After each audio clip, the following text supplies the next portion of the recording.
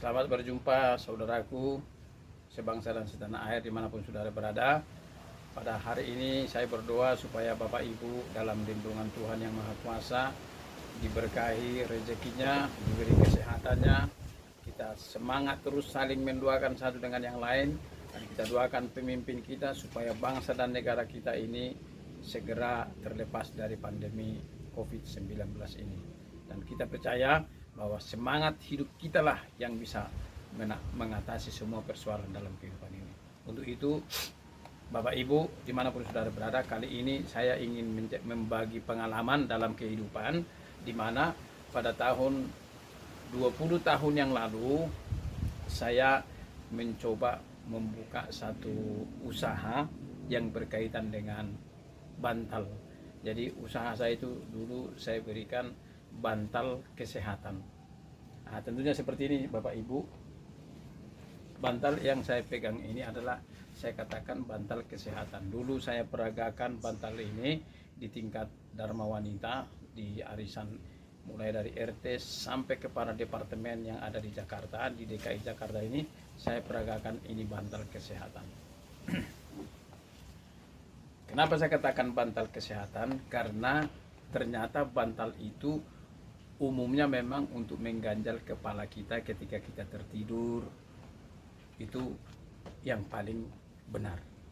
Tetapi di luar itu, setelah saya kaji dan saya periksa, saya teliti kembali bahwa di luar untuk mengganjal kepala kita ketika kita tidur, ternyata ada yang lebih bermanfaat dari bantal itu tentang kesehatan kita, yaitu tentang peredaran darah yang terhimpun di leher kepala kita ini, di batang pundak kita ini, yang berkaitan langsung saraf itu kepada jantung kita, kepada paru-paru kita, yang berkaitan kepada otak, kepada mata, rambut, telinga, dan yang berkaitan di atas kepala kita ini. Nah, itu ternyata sangat berkaitan. Kenapa saya katakan bantal kesehatan? Yang pertama adalah bahwa saraf-saraf kita itu tadi terhimpun di leher belakang kita ini. Kalau kita ambil salah satu contoh, kalau kita panggil tukang urut misalkan begitu, tukang urut ini dia tahu persis bahwa dia mempelajari saraf-saraf manusia itu mulai dari kaki sampai kepada kepala kita.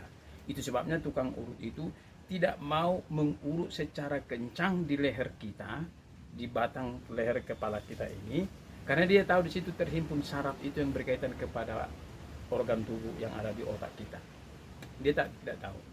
Kalau misalkan di kaki kita diurut kencang nggak ada masalah, di punggung kita juga diurut kencang nggak masalah. Tapi ketika sampai kepada pundak, di batang pundak kita ini, leher kepala kita, dia akan urut perlahan-lahan, karena dia tahu di situ saraf itu. Nah, yang kedua, saudara, hindari sekarang kalau Bapak Ibu misalkan ke tukang pangkas rambut. Dulu saya juga sering mengalami, tapi setelah saya tahu hal itu saya tidak mau. Sampai sekarang sudah 20 tahun saya tidak mau lagi menggerakkan leher. Misalkan ketika tukang urut itu dulu dipegang kepala kita, krek krek itu kiri kanan, memang kelihatannya enak, krek krek itu, tapi ternyata itu sangat mengganggu kepada saraf yang ada berkaitan dengan di leher belakang kita itu. Nah, mulai sekarang ini hindari akan hal itu, termasuk kita sendiri. Kalau misalkan Bapak agak pegal langsung krek krek itu jangan, karena terganggu saraf yang ada di leher belakang kita itu dari tingkat kesehatan. Jadi mulai sekarang kalau misalkan agak pegal, lebih urut pelan-pelan gitu, mungkin agak lengket kepala ke kiri ke kanan begitu, supaya tidak terganggu sekali saraf di leher belakang kita itu. Karena itu sangat berkaitan kepada otak atau gigi kita sendiri. Nah, untuk itulah mulai sekarang pun hindarilah kalau misalkan Bapak mau tidur karena capek, lalu tangan kita kasih di sini, kita sambil tidur begitu, ketika kita terbangun pasti terasa pegal di leher kita ini. Karena kenapa? Karena darah ketika kita tertidur, darah itu tidak lancar ke otak kita, makanya kita langsung pegal rasa gitu. Mungkin mata bisa berkunang-kunang. Itu pengaruh daripada peredaran darah itu tadi. Seperti itulah kalau kita misalkan memakai bantal yang sudah keras, hindari. Apalagi tidur di kursi, misalkan kita leherkan leher kita itu ke kursi begini, leher ke ini, itu pasti pegel luar biasa. Itu hindari. Saya akan coba memberikan penjelasan pengalaman itu dengan teknik informatika. Sekarang informasi itu di dunia informasi ini, pengalaman yang saya alami ini saya bisa bagi kepada Bapak Ibu, yaitu tentang bantal kesehatan.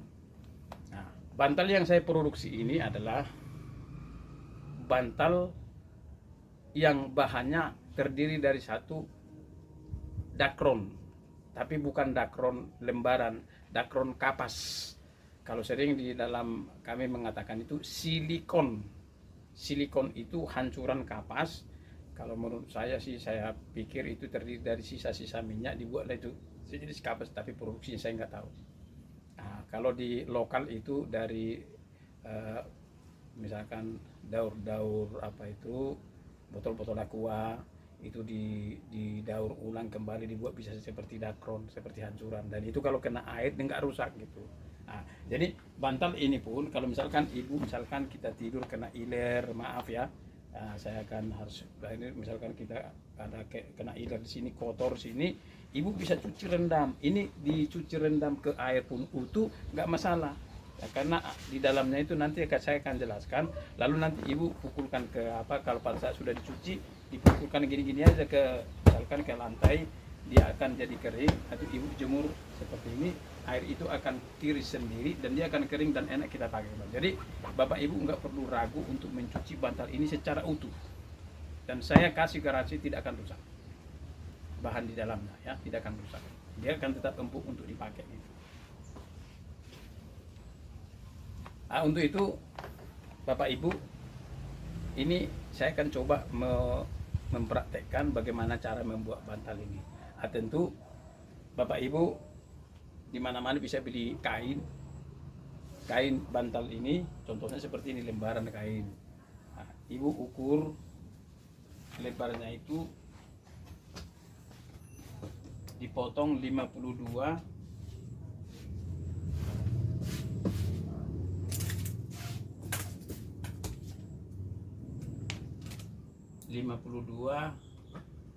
kali 140.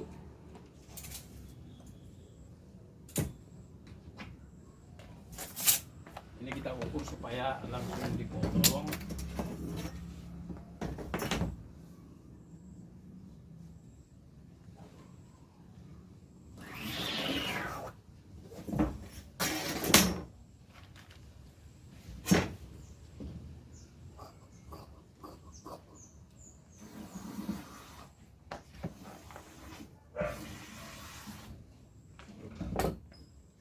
Lebar 52, panjang 140. Nah, nanti kalau misalkan ibu ada tukang mesin jahit di rumah, dijahit aja pinggirannya itu, dijahit sini kiri kanan. Atau kalau misalkan pergi ke tukang jahit, pasti mereka mau kasih tuh 2-3 ribu lah, pasti mereka. Yang sini nggak usah ditutup, terbuka dulu. Pada akhirnya nanti jadinya seperti ini.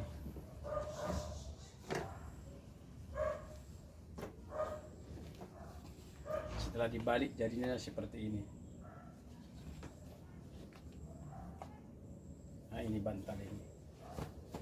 Hanya ini aja kain. Terserah soal warna, tergantung selera kita, mau di warna merah, biru, kuning, terserah. Itu persoalan ya. Nah, setelah sudah sarungnya seperti ini, nanti Bapak bisa beli kapas seperti ini.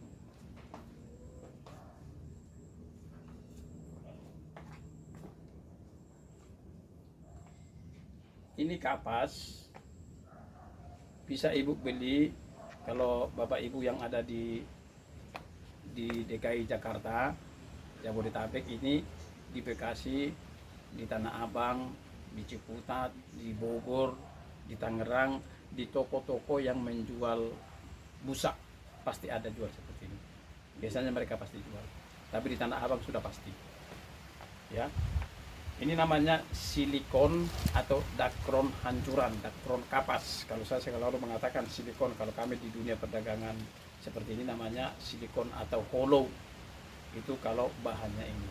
Nah, ini sangat empuk dan ini bisa dicuci secara utuh seperti ini. Jadi ibu rendam ke air, misalkan seperti yang saya praktekkan tadi untuk dicuci secara utuh ini bahan ini tidak akan rusak. Dia akan tiris sendiri, misalkan di pintu ini dipukul-pukul aja, Nah, dia lama kelamaan dia akan mengering, dia tidak akan rusak karena kena air. Jadi ibu bisa cuci, bapak ibu bisa cuci secara utuh. Jadi ini kualitas bahan ini sangat bagus karena dia sudah memang anti air dia.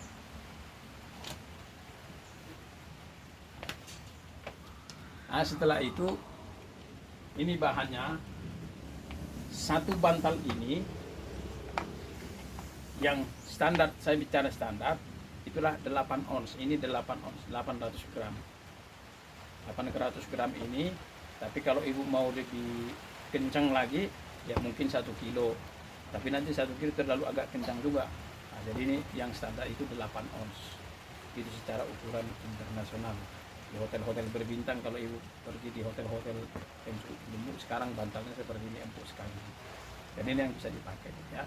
Jadi kalau saya praktekkan ini bapak ibu, kalau saya pakai bantal seperti ini, leher saya ini langsung masuk ke dalam. Kalau saya miring ke kiri, miring ke kanan, dia akan menopang kepala kita itu tanpa mengganggu peredaran darah di leher belakang kita ini gini. Jadi tetap akan enak. Jadi bapak ibu bangun segar tanpa ada rasa pegal di leher. Nah, ini bahannya. Ini namanya bahan dakron lembaran. Ini biasanya dipakai kalau ibu beli jaket, itu di dalam jaket itu ada lembarannya seperti ini. Nah, ini tujuannya adalah untuk membuat bantal itu rapi dari luar, tidak kelihatan brudul-brudul gitu. Jadi setelah ibu tadi sudah jahit kiri kanan di sini, nah dibalik seperti ini. Nanti saya akan coba praktekkan. Nah, cara membuatnya ini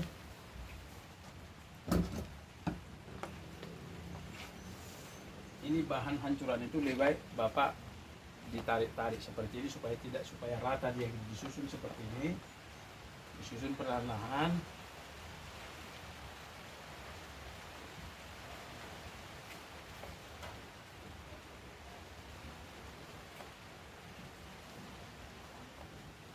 Kita atur supaya dia gampang kita masukkan itu. Siapkan tadi sarung bantal atau covernya itu yang sudah di sini, dibuatkan sini supaya kita langsung memasukkan. Ini lipat dua bapak ibu, dilipat seperti ini.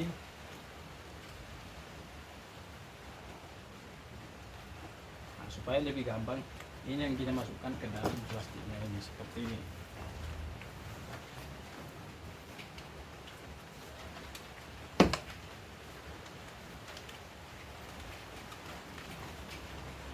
Bapak bisa masukkan dua tangan ke dalam supaya lebih rata dia.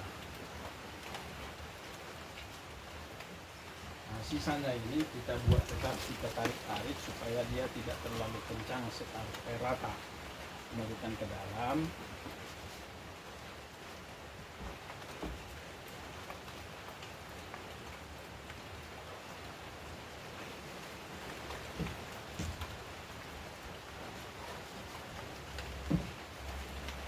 Sekali lagi bapak ibu, bawa beratnya cukup 800 gram, sudah cukup bagus.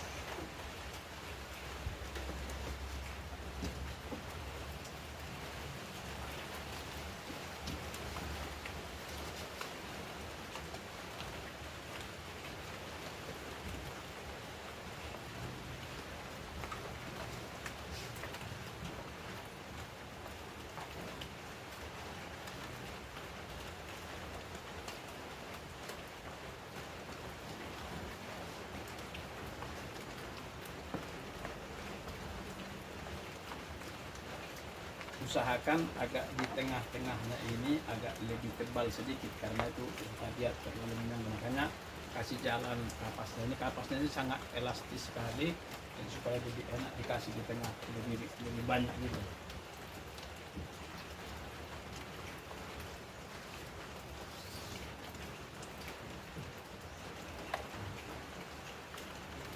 Jadi cara buatnya gampang sekali, tidak perlu belajar harus kursus, tidak perlu. Nah, ini nanti sekali lagi kalau saudara ke tukang jahit atau pinggir jalan itu pas lewat, suruh aja dijahit di pinggirnya, ditutup seperti dilipat begini. Dilipat bibirnya ini, lalu dijahit seperti ini. Nah, tujuan dakron lembaran ini tadi, lembarannya ini supaya di sini halus, bagus kelihatannya, tidak langsung kelihatan bahannya itu. Jadi untuk buat itu supaya kita lihat enak dipandang gitu. Misalkan seperti bantal dari ini tadi kan jadi halus banget gitu. Nah ini seperti ini tujuannya itu. Jadi setelah ditutup nanti di sini, ditutup ujungnya ini, nah terjadilah seperti ini. Ibu sarungi lagi bantalnya, terserah. Nah, itu bahannya. Ini bahannya pas seperti sama. Nah, ini. Nah, inilah cara untuk membuat supaya dia bantal itu bagus. Jadi sesuai kebutuhan ibu, misalkan berapa keluarga di rumah, dia beli aja ini 8 ons ditambah dakornya itu. Nah, itu cara untuk membuat bantal. Jadi bisa kita bantal ini ketahanannya cukup lama. Ya kalau mungkin sudah berkurang pun dia ketebalannya, tapi dia tidak akan keras, tetap empuk untuk dipakai, nyaman untuk dipakai. Nah, bisa ibu jemur, dicuci berulang kali tidak masalah. Nah, itu mungkin yang bisa saya jelaskan kepada saudaraku. Siapa tahu bisa berfungsi untuk Bapak pergunakan ketika kita membutuhkan bantal. Nah ini sekali lagi bantal itu enak sekali untuk dipakai seperti ini. Kalau misalkan ibu mau tidur pun seperti itu, dada itu tidak langsung menetap langsung ke bantal yang keras, dia agak ngeper sekali gitu. Sangat enak sekali untuk dipakai. Itulah bantal yang saya produksi. Nah saudara-saudara, kalau saudara mau beli bantal itu, nah bisa. Atau nanti Bapak Ibu komen, kalau mungkin ada yang kurang jelas, nanti akan saya jelaskan kembali.